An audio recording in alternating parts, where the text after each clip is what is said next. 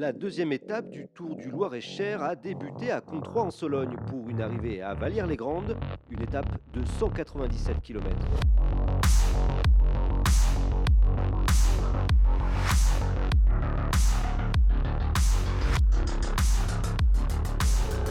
Une magnifique étape de 197 km.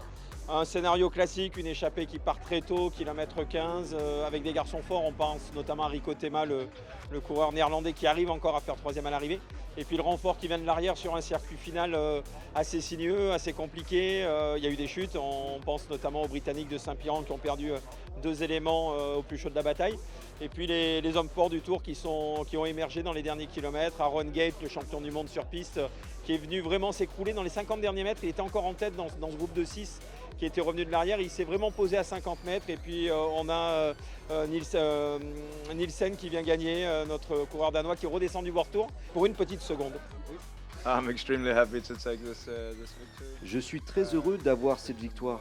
Ça a été un peu difficile pour moi ces dernières années d'avoir été dans le World Tour et de descendre dans une équipe plus petite. Donc prendre une victoire maintenant, c'est extrêmement important pour moi.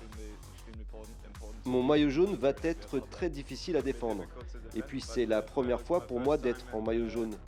Donc ça va être un peu drôle demain d'être sur la route avec ces couleurs. On est vraiment dans le vif du sujet. Demain et après-demain, il y a deux très longues étapes. Les écarts sont infimes au classement général. Il va se passer beaucoup de choses sur les 3 dernières étapes.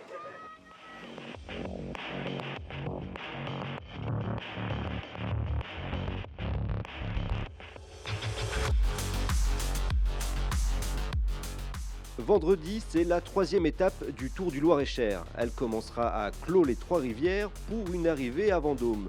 Une étape de 213 km.